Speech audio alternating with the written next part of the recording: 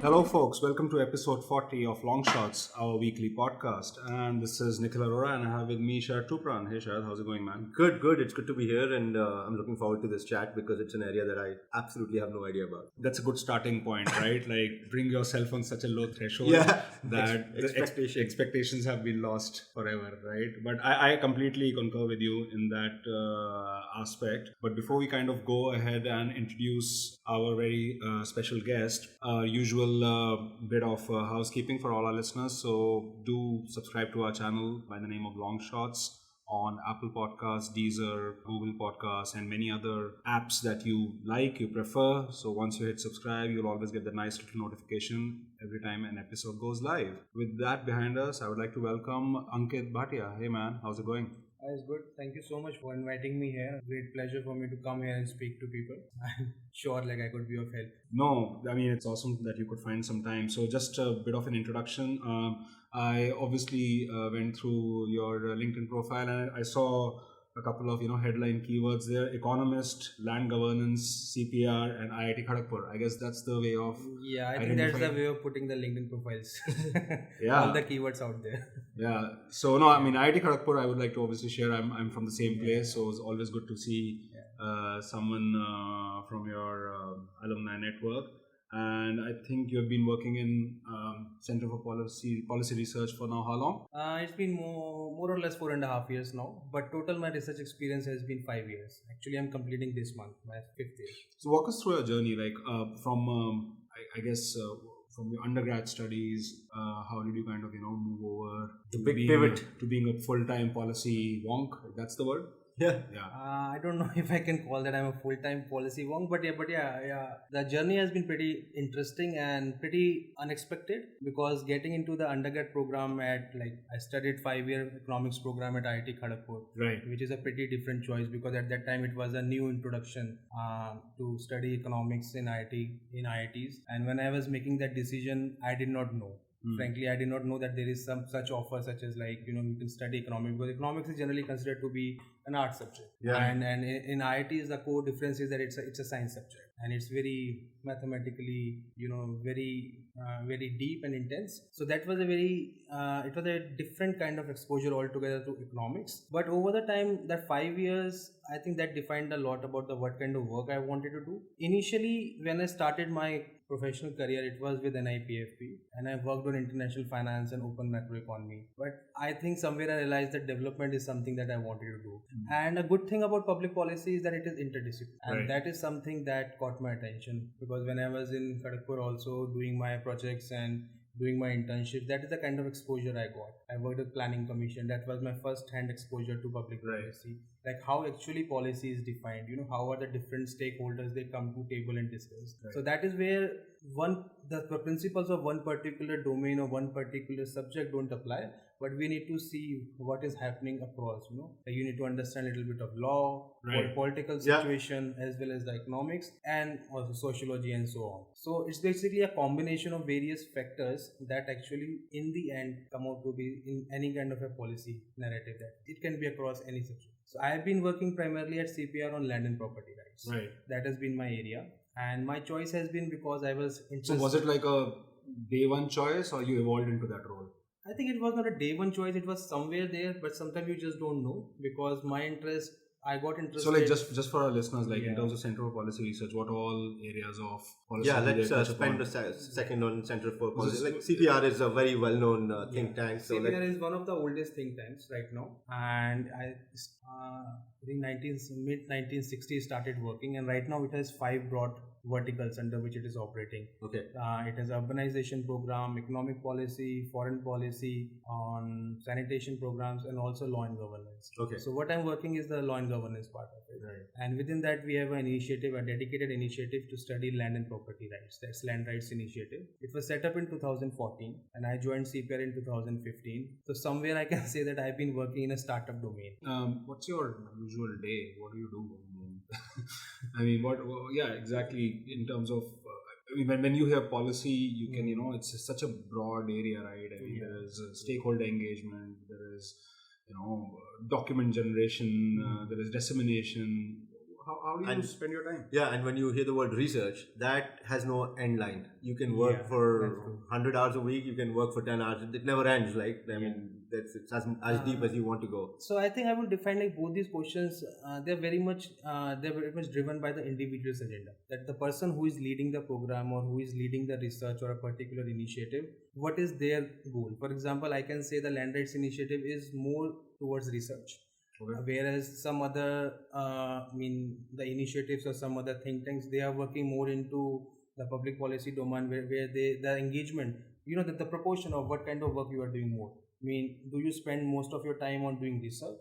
Do you spend most of your time in engagement? Then what kind of engagement? Are you engaging with the civil society? Are you engaging with the government officials? But like, for instance, like in the project that you mentioned, like in terms of Land Rights Initiative, this was like a internal initiative which kind of took some form, or it was like a kind of a sanctioned study? So initiative is something that born out of the vision of the director, because her expertise in the property rights in India. Right. Okay. So that was the idea, that we needed to have a institutional space where we can do systematic study on land and property rights. But then as we grow, different projects came in. As we realized, for example, a simple background, like when I joined in 2015, and at that time land acquisition was a big public policy debate. Right. Because the law was, recently a new law came into changing the previous colonial law of 1894.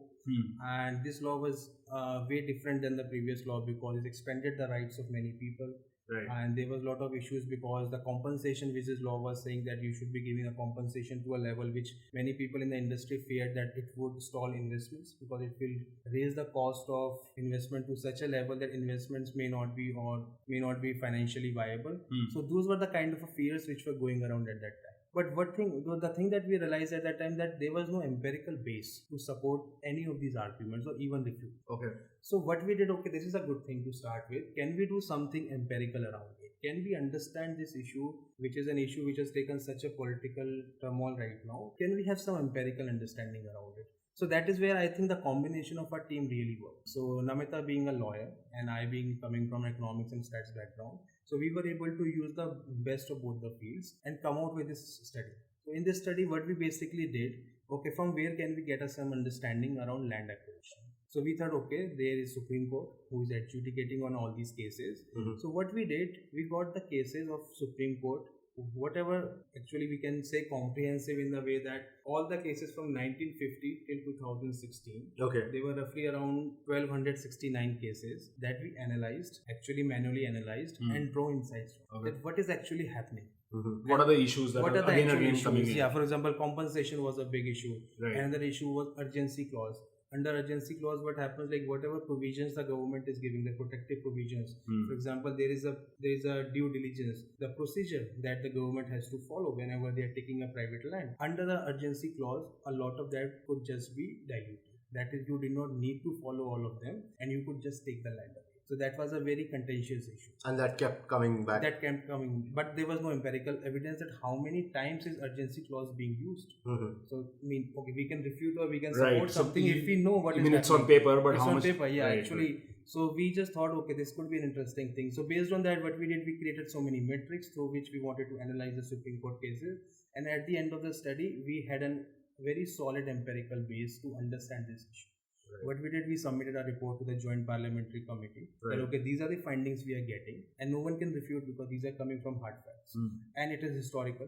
That is, it is spread over 66 years. So no one can say that it is happening in a particular state, or it is happening in this particular period of time. No, it has been happening over a long period of time and across the country. Right. So there is something systematic about it. So that was our approach. Can we understand these legal processes from empirical basis? So that has been a... So I mean, land is such a issue, right? In terms of like right now we are through the budget season. Again, the buzzword land reforms kind of is popping up and down in the media. New government is in place, 5 years, clear mandate. So everybody's expecting a lot of quote unquote decisions, and I guess industry is pretty keen to push it also, right? I mean, in terms of private investment, at the end of the day, it's land, labor, and capital. And you obviously have gone through this matter in a fair bit of detail, right? Now, if as we clearly laid out our thresholds for ignorance in this matter, like through history, what do you think are the biggest problems, structural challenges when it comes to the matter of land acquisition or land reforms at large? Now, I know it's a big, wide question, but you've obviously gone through a lot of data, so I'm sure you must have bucketed it into some really core priority problems, and we can, at the moment put the other issues on the back burner because there are so many. Right? And just because land has such wide-ranging repercussions from owning it as an investment asset, or infrastructure project, it just is everywhere, right? Retail and institutional. Yeah. To understand, for example, like what a particular government or what a government can do, we need to understand land in its holistic sense. Sure. Land acquisition is just one of the many puzzles that land is in. So let's try. I will just try to walk through. I think there are some 4 or 5 key critical things that we need to understand with respect to land, just to understand why land is so complicated, and the solutions cannot be that easy as well. It is going to be complicated. So first of all, fundamentally, in India, land is a scarce resource. We have around 2 to 3% of the world's land mass, but we are supporting 17% of the total world's population. So with a very simple fact, we can see the land is going to be in a lot of demand for various purposes. Right. So that's a very clear-cut fact, and we can't change unless we are able to control the population or we are going to expand the land mass. Being this as a solid constraint that we have in terms of understanding land at the macro level, now we need to understand some very specific issues with respect to our economy. So Indian economy is transitioning. It has been a rural economy where the dependence on land has been very high. 60% of the population is directly dependent on land through agriculture, but the farm incomes are very low. We can see government policies are there that we want to boost the income, but how to? So in the new classical or the new economic growth models, what we are seeing, we want to transition the economy from rural economy to an industrial urbanized economy. Now what this requires is essentially a lot of capital dependent investment in infrastructures, in our connectivities, and all this requires the transformation of land from state 1 to state 2 in terms of the rights of the people.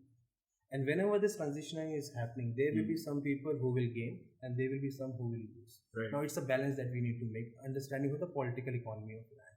So we require, as of now, for example, we have 33% of the people who are living in the urban areas. But as per the recent estimates, the expectations are there will be around 40% of the people who are living in urban areas, who will be living by 2021, whenever the census comes out. Right. Now this transition is going to be smooth or not, that will be defined by what is the framework. What is the regulatory framework in our country for this transition to happen?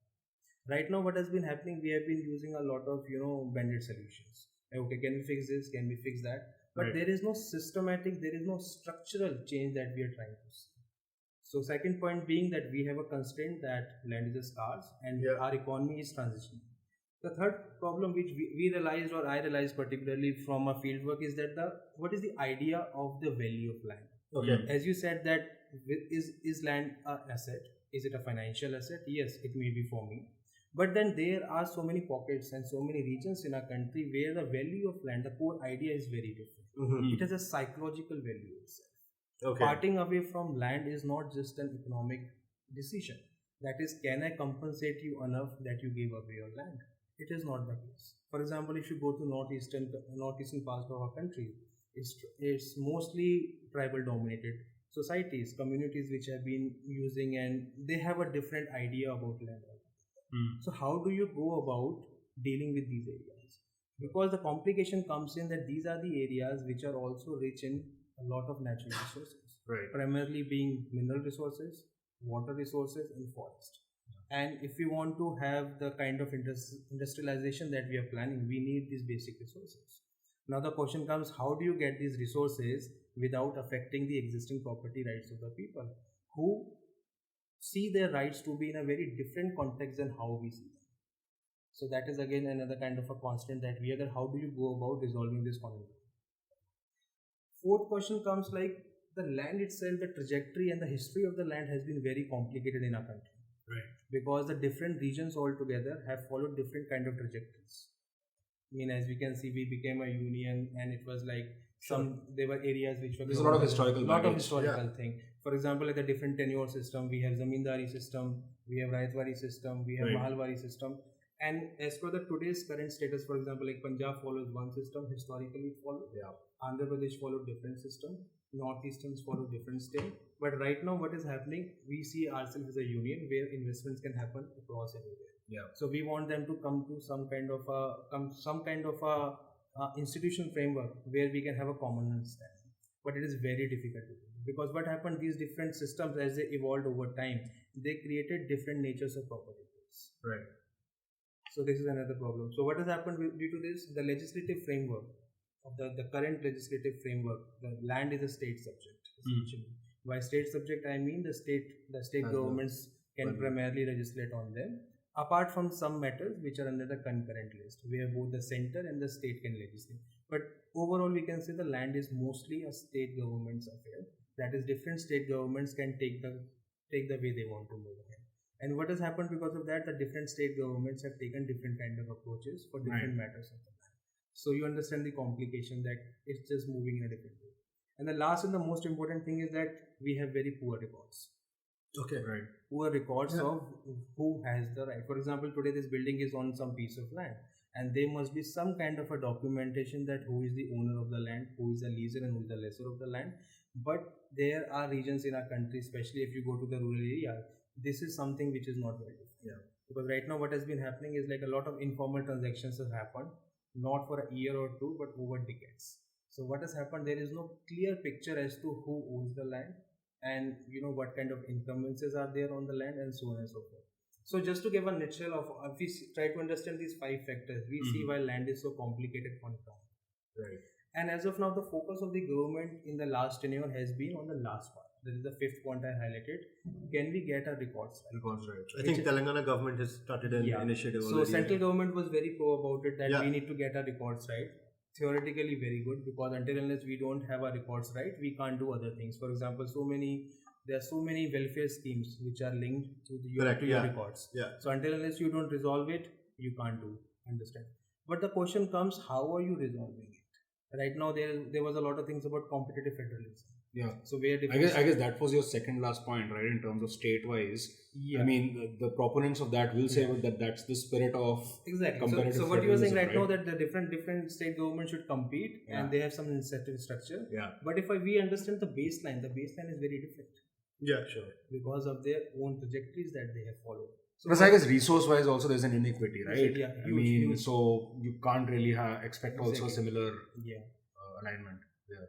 For example, just in case of UP is so huge. Like if you look at the Bundelkhand region vis-a-vis the Western UP, you can't say that they are a part of the same state. Yeah. I mean, the inequities are so high. Yeah. So is with various other regions in our country.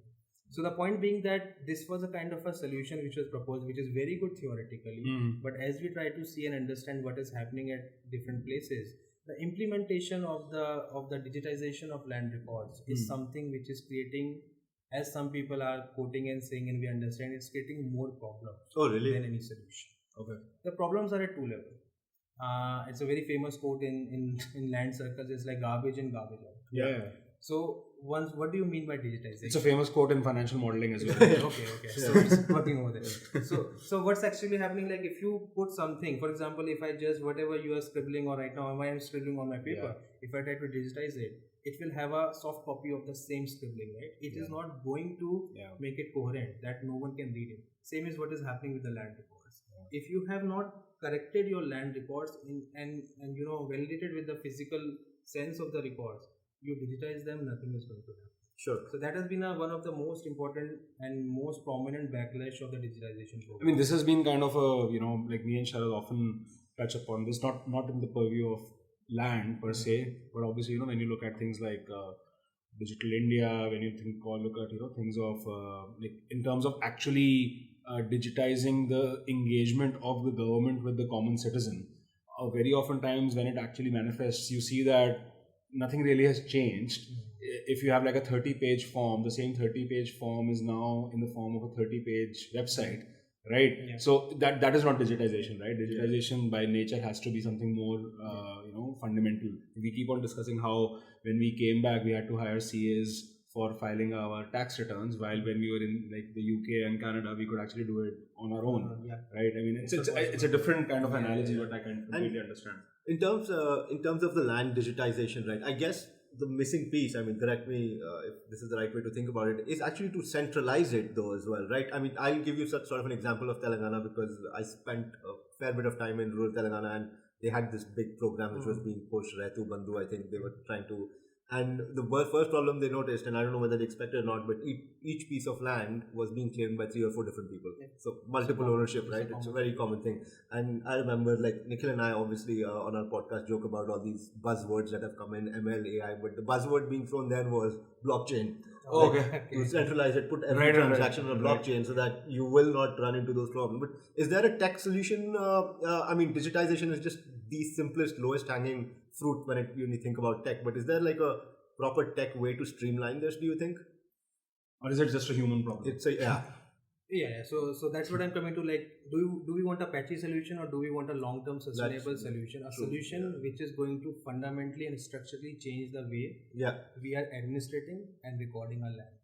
So as of now, for example, a very simple thing like in India, what we follow is something called a presumptive titles. Whenever we register our land with any state departments, we never get a conclusive title. Okay. What is the meaning of conclusive title? If I can just read it out very simply, so that I don't make any mistake. It's like a conclusive title is an unsaleable and conclusive proof of ownership of property. Okay. That is something which cannot be changed. Okay. It is that you can be completely sure that this is your property. Current provisions in Central Registration Act 1908 do not confer clear property titles on the owners while providing for registration of property deeds and documents.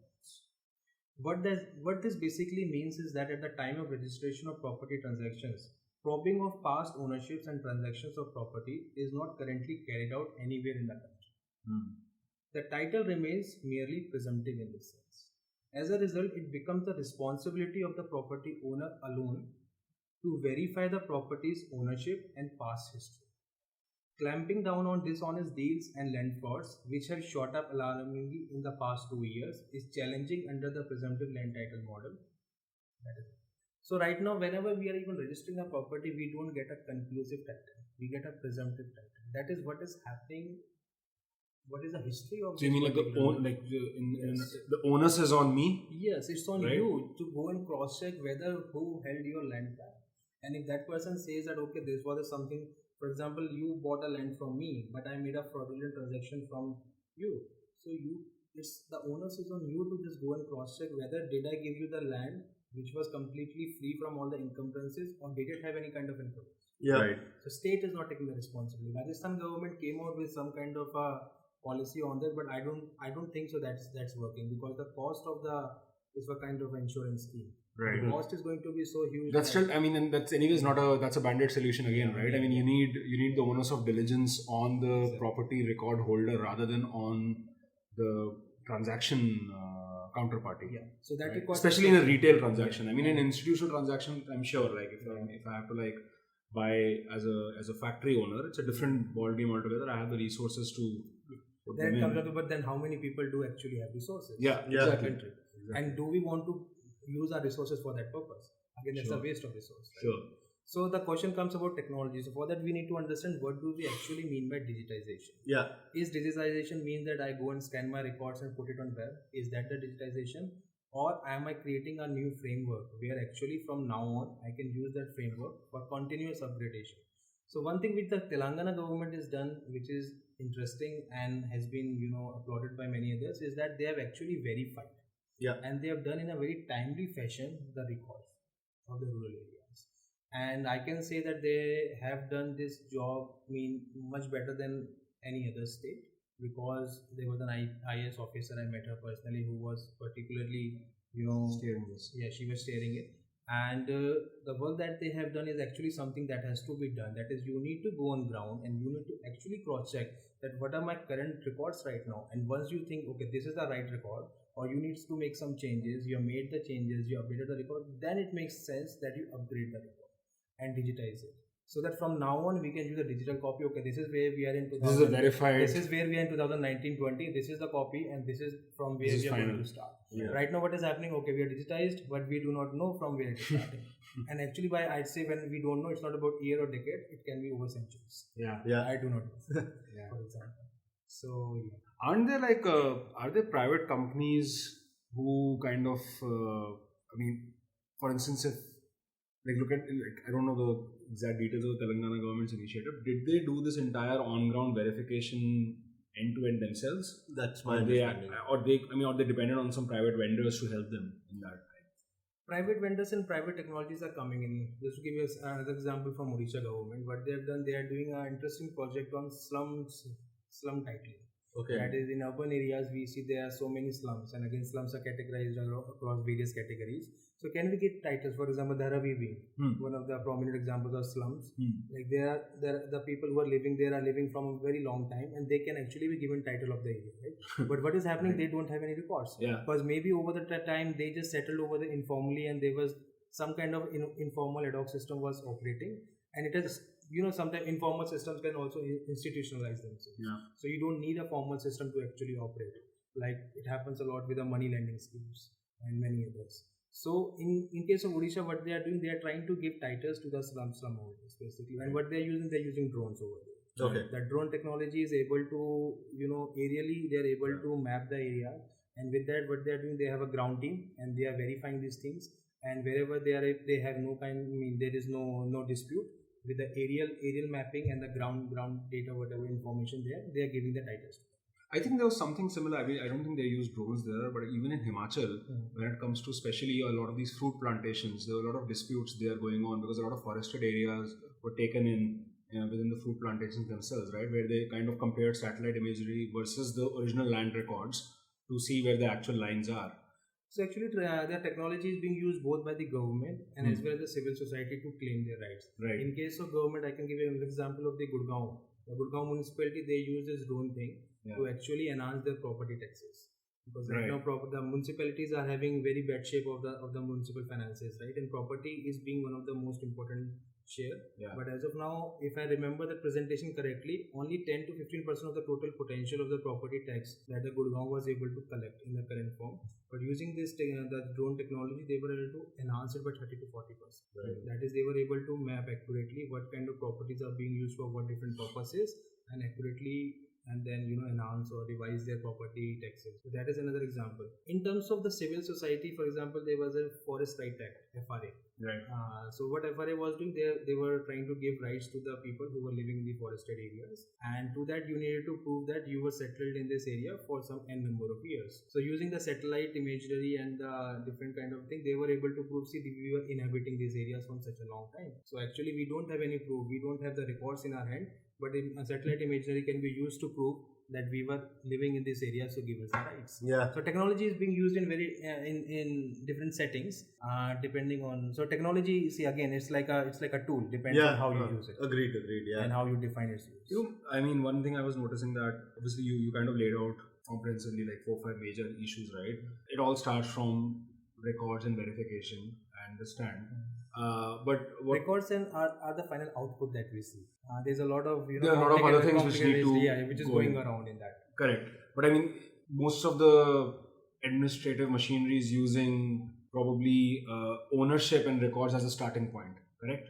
But what was very interesting was that like how you were mentioning that there are the perceptions of land are strictly not economic or monetary for everyone. Correct. And that kind of comes to the question of land acquisition and what kind of pricing mechanism you put in to compensate, right? Or is that the only way to go about it? Is it only financial compensation? Is it other things? Because no matter how much we talk about the need for land reforms, the burdens of economic growth are such that we kind of aim to be like a $5 trillion economy, right? This problem is only going to increase in the future, right? In terms of just the sheer demand for it. So when you mentioned that there are some major big structural challenges, what do you think can be done to address them in a structural manner? Before getting into the solutions, just to give the challenges or the issues which I put together the 5 points. What is actually happening right now, that because of all this non-transparency in what the current regulatory system is, but we are seeing a lot of conflicts. The conflicts are of two kinds. One is the kind of a conflict which we are seeing in our courts, that is the legal conflicts. And there are a lot of conflicts which are happening on ground, which are not reported or which are not going to the courts. So just to give some idea about what is the nature of the laws that we are making as an economy. So right now around 130 to 150 districts in our country are having some sort of land conflict. And by this I mean not like a individual level of conflict like the brothers are fighting for the property. But it's at a in a major form. Okay. In a major form, around 130 to 150 districts in our country, which is roughly around 20 to 25% of our total districts in our country. Around 7.7 million people are affected by land conflicts, and this area that spends is around 2.5 million hectares of land.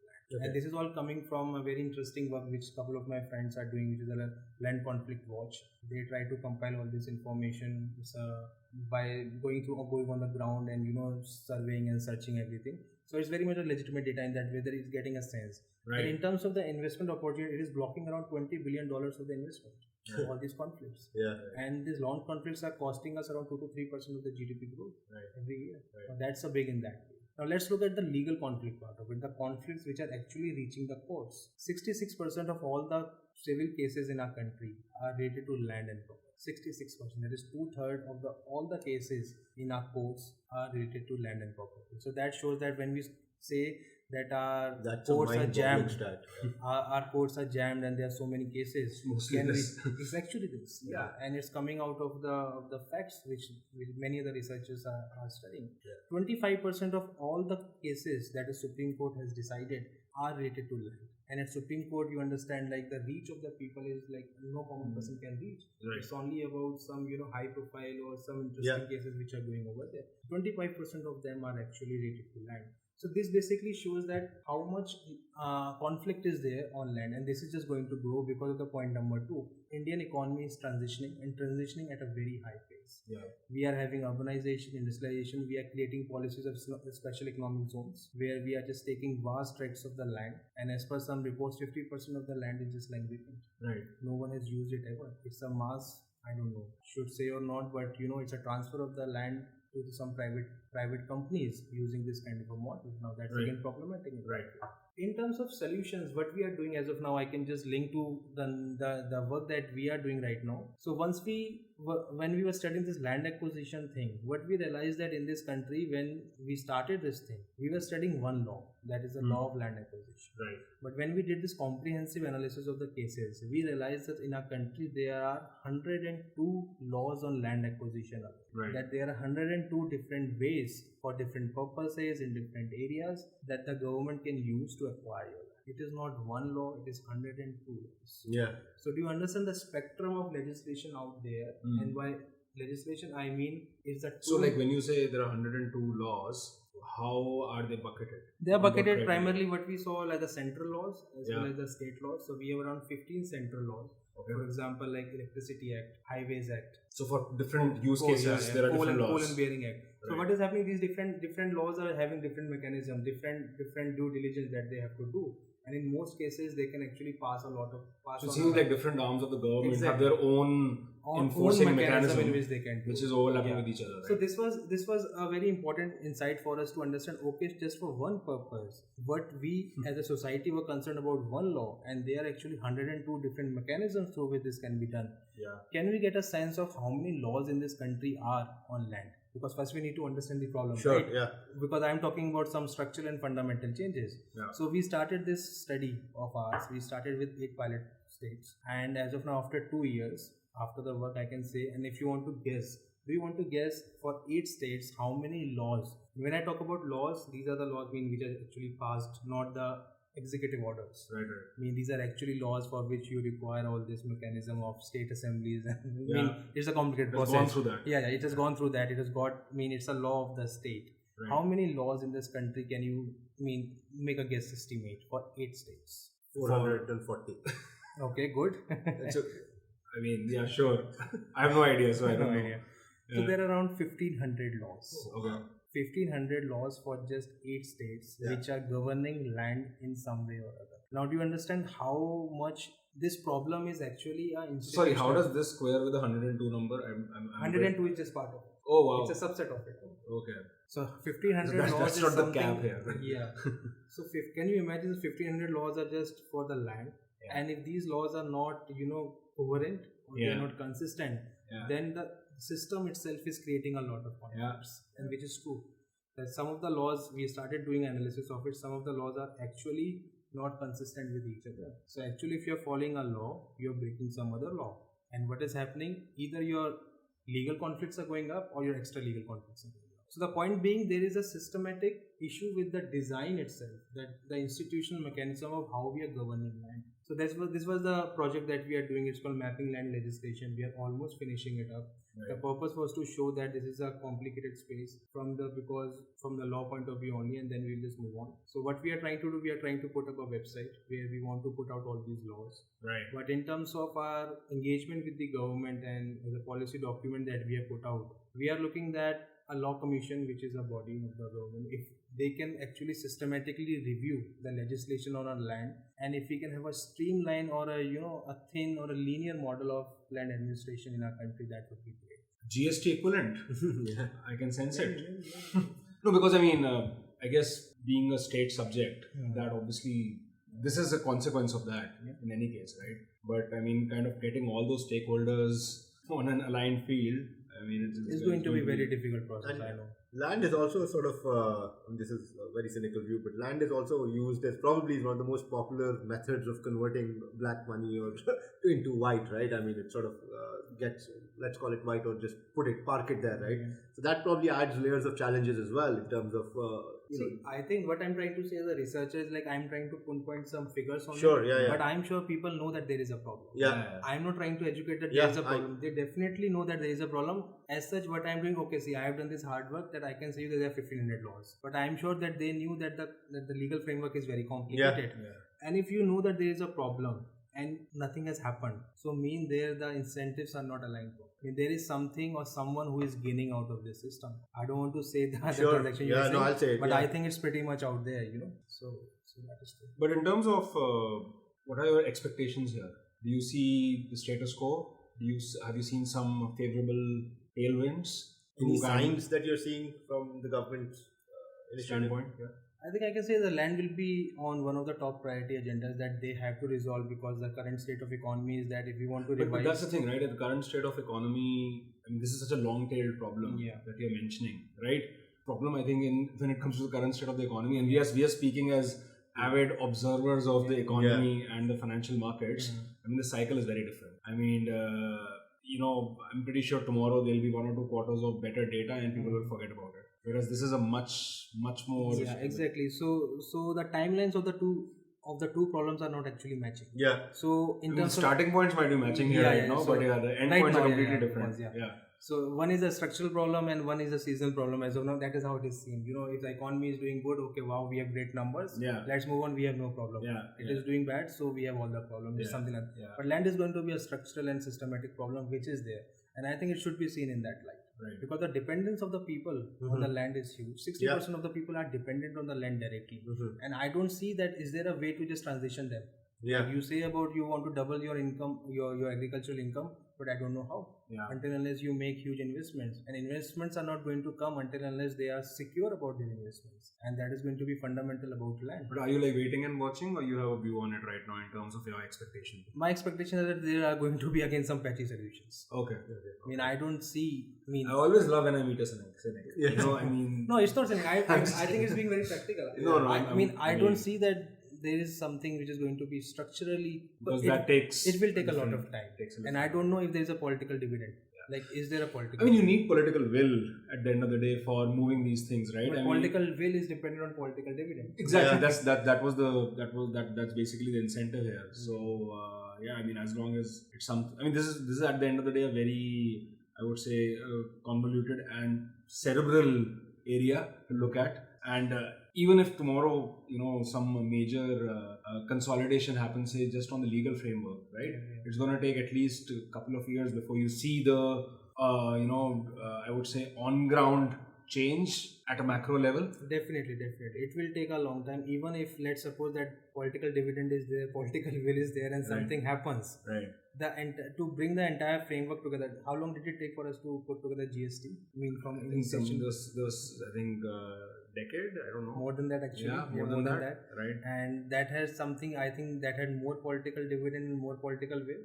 This is something going to be more complicated, because each and every state government, each and every actor has to make sure that it is not going to backfire. But is there a revenue loss argument that can be thrown at the government? that can kind of make Right the now the political land- dividend right more now- real. I mean, I did some numbers. So land was contributing around just 1% to the state. Right. So I don't think that kind of incentive will be favorable. Yeah. Which was there in GST at least. Yeah, exactly. That's what, there was a political dividend, that there was something that Yeah. they can gain out of this, all the turmoil they wanted to do. Over here, it's just 1%. It's not even. I mean, it's not there. Right. So I do not know what could Maybe be. bring in inheritance taxes in a big way, right? That can kind of Again, enhance that that. will backfire. Yeah, that will backfire in That other will ways. backfire, yeah, and that will actually, they may create more of the problems. Yeah. Because whenever you're trying to force people to do something they want to do, they are going to figure out some other way of Yeah. not doing it. So as of now, I don't have a clear roadmap what can be done, but in terms of expectation, something has to be done, that I know, and they would be doing. Right. It will be more or less some kind of a patchy solution. But is there some sort of a recommendation framework that CPR is also working on? Yeah, so we recently put out a policy document on this, where we put out like what can be done, because the problem is at the three levels. One is at the level of legislation, which I highlighted, a very complicated framework. Second is at the level of the judiciary. Our Right. judiciary is packed with the cases. What Right. can be done around it? Actually, we have listed that down. Like Right. there's so many subcategories within that. And third is at the level of the administrative reforms. Right. That is the people who actually need to implement the law. They should be very clear in their concise and in their rule books that what has to actually be. Just to give a very simple example from this land acquisition study, of the 1269 cases that we studied, we found that 95% of the cases were in the court because they thought that some kind of administrative compliance was not done. Right. Only 5% of the people had the problem with the law itself. That why are you taking away my land? I have problem fundamentally with that. But 95% people they did not have a problem that why are you taking away my land. They had the problem that you're not following the proper procedure. Right. That you are not giving me the right compensation, you are not giving me the right time to evict, or so on and so forth. So 95% is an administrative problem from one study that we saw. So administrative changes, again, the administration at this level is at the level of the state governments. A lot of coordination, a lot of political will needs to be made. So if you look at I don't know whether you look a lot at precedent examples in other countries. I mean, obviously we love to compare ourselves with China for all the wrong reasons. Obviously their framework is very different. Civil society doesn't really have that kind of a place there. But is there anything that, but they in the last obviously 15 to 20 years, through hook or through crook, have kind of hedged and treaded quite far off when it comes to the entire matter of land acquisition, right? And the entire matter of actually industrializing large parts of the country. I think I know the answer to this, but any learnings from there by any chance which can be looked at before that, within our Indian framework? So, I mean, I know this is a blanket, broad question, but I just want to make this, So, I mean, outright, and I think you won't disagree that India is a very unique case. Yeah. Because we are not just seeing, for example, how do we compare one from the another?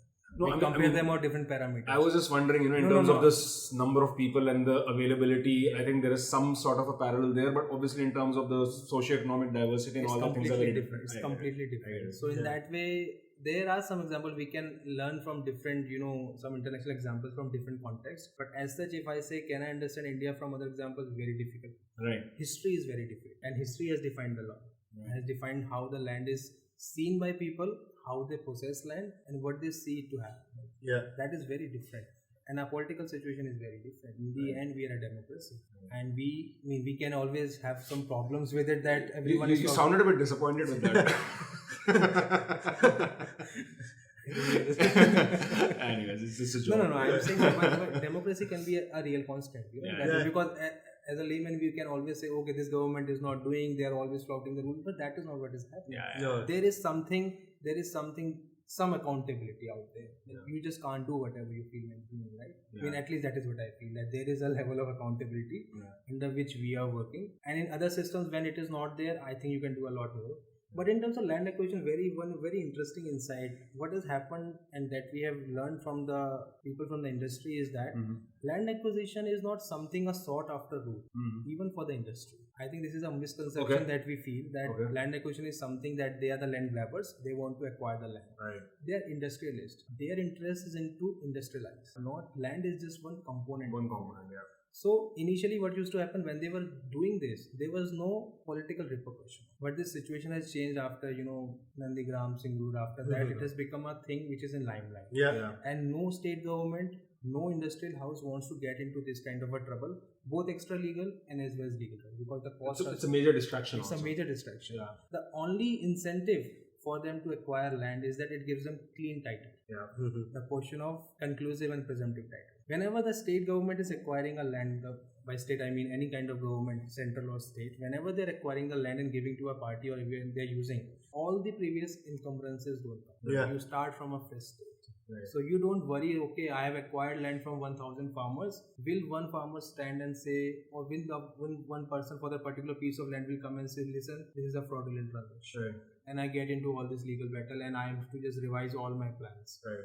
With land acquisition, it's clean. Right. You end up paying a little bit, and actually they don't mind paying. Problem is not the payment; they are happy to pay. And then there are some other kind of problems also. Like I don't know if that is suitable right now. That sometimes there's a land holding problem where people are actually demanding a lot of money, which does not make any sense. Right. And actually, those are not the actual owners; they are actually some kind of middlemen who have actually taken the land before because of the prior information they had. So what they are doing, they are using these negotiation tactics to get as much as they can. So ultimately, the person who was the owner is not getting any benefit out of it. It is some kind of a middleman who is charging some kind of a rent for the better information. I guess that with valuation plays a major role, right?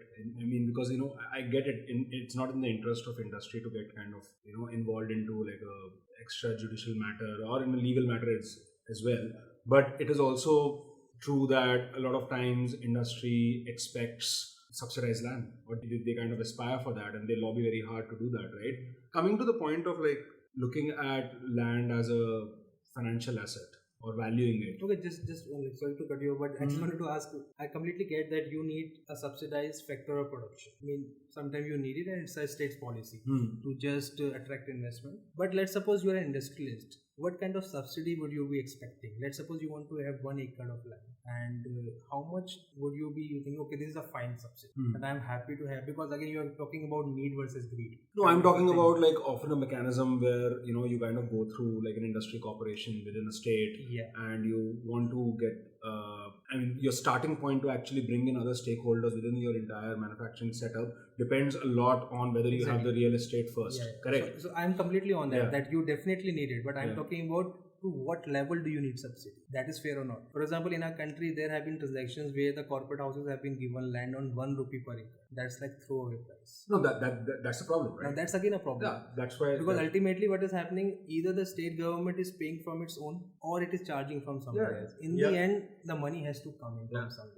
If it is charging from its own resources, your money from the taxes are going away, or it has to come. So in the end, you need subsidies, but there has to be some rationality behind. Of course, I mean at the end of the day, the best interest for the state is if economic activity is being generated, if employment is being generated, it is in its interest to give the land, but it cannot be just given, right? There has to be for this, it's very interesting. Like those who are interested can look into the CAG's report on SCGs.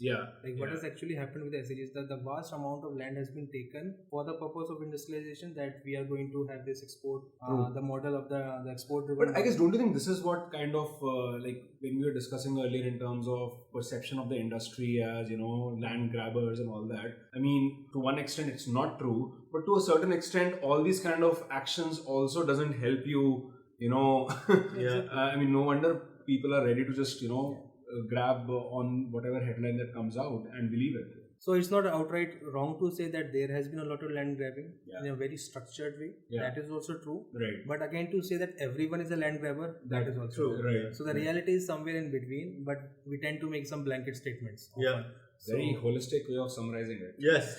So that is what last my 5 years, that is what I've learned.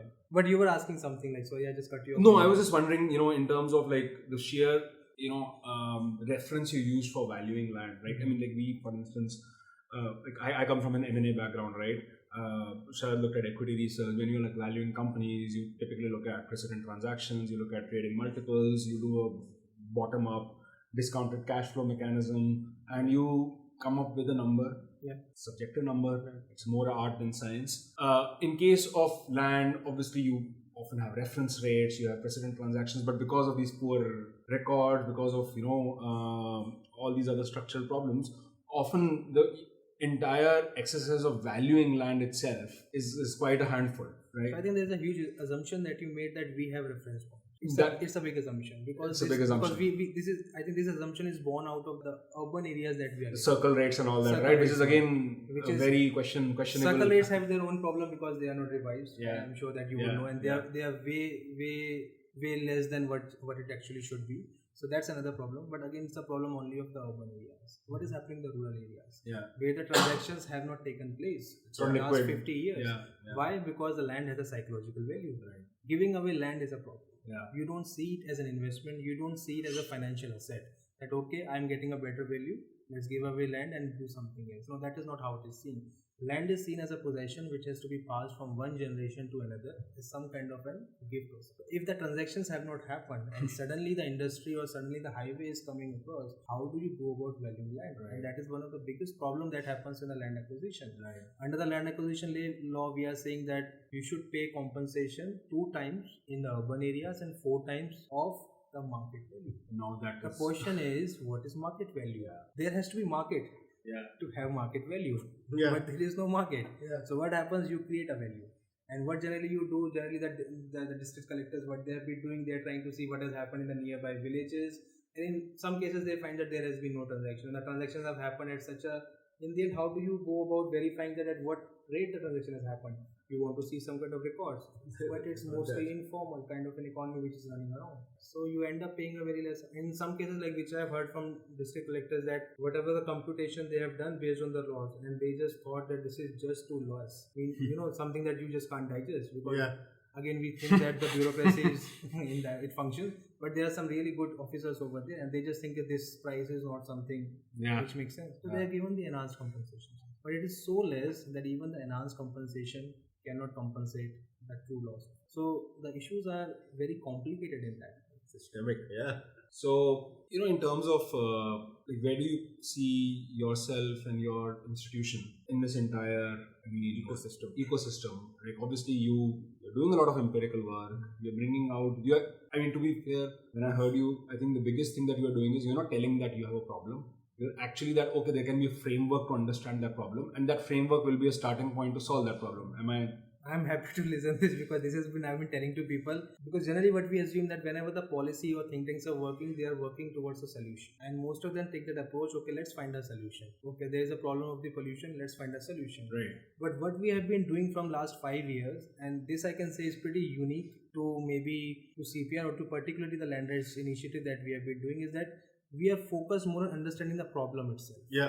Then let's understand the problem, then we can think about the solutions. Right now what is happening, we just don't know the problem. And I'm happy that in the last 5 years we were able to understand the problems much better. Land acquisition, we know what is happening. Scheduled areas, the other report that we did on the tribal areas, we understand what is happening. Mapping land laws, we understand the framework of the laws. Okay, now we understand the problem, now let's talk about the possibilities of different solutions over there. So I think this is a direction that pretty much I think the initiative is going to take. There has, I'm sure you guys aspire to get an end point there, right? In the sense that all this work has been done, it has to kind of translate across to the quote unquote decision makers. Do you see yourself like well positioned in that? Do you see that there are issues on that side of the value chain as well? Because governments keep on coming and going, right? It's a transient kind of an arrangement. So I'm pretty sure you guys would have to re-explain or reinvent the wheel every 4 or 5 years. That's true. That's a thing, because it's very dynamic. The governance is very dynamic, right? So and governance is defined by the people who are doing it, right? And people, whenever they change, for example, when we were dealing with the Ministry of Tribal Affairs, the secretary changed multiple times. And sometimes you have a good equation with the secretary and sometimes you don't have. And what happens that some of the things which could have been done, sometimes they just get stalled or they just take a lot of time. So those are the things which are very practical, they happen. So as of now, we are doing our research. Our focus is on doing empirical hardcore research, but as well as we are engaging with various stakeholders. So for example, like last year we did this national conference with the National Commission for Scheduled Tribes to figure out whatever we learned from our study and put it on a national platform. Right. And those the recommendations were accepted and Right. they have been sent to the President of India. Right. So in way that can they be implemented? Now, saying practically, I do not know whether they will be implemented or not. But they're part of the discourse. They are part of the discourse. Right. They form a very important part, because in the end, if you want to do this kind of research, you can as well do in the universities. You can do Right. academic research. But in the end, we are in the public policy space where we want to guide the policy of the day. But the difference in the approach is that instead of looking for some patchy solutions, we have a fundamental agreement that we want to look for some structural solutions. Right. Solutions which may take some time because we need to understand the problem itself, but something that can fundamentally or structurally be achieved. And that is something that we have been proposing, that law commission should review the legal framework of land law, Right. where we are more than happy to support, because we have already done a lot of work in 8 states and we can do for more states. So Yeah. this is the core structure that we are operating with. Good stuff. No, I think this was 58 minutes. Yeah. I always do that in the end. I'm like, 58 minutes, then I get surprised that time just flew. And I think this was very insightful. I think perhaps one of the most insightful conversations we have had about the subject. Thoroughly enjoyed the conversation. Maybe your expectation was very low. No, my No, our threshold knowledge was very low. That is true. But expectation was high, expectation knowledge was low, but it was a thoroughly enjoyable chat. And I personally learned a lot of things because it's a subject that I personally don't know that well. Yeah. So thanks for your time. No, thank you so much. And to all our listeners again, do feel free to comment on this episode. Do obviously rank the episode. The more you rank, the more traffic we get. So Again, that we have an incentive structure in place. yeah, I mean, so I would really request you to take that step forward. No, thank you so much. It's been a pleasure. This is Nikhil Arora And this is Sharad Tupran signing off.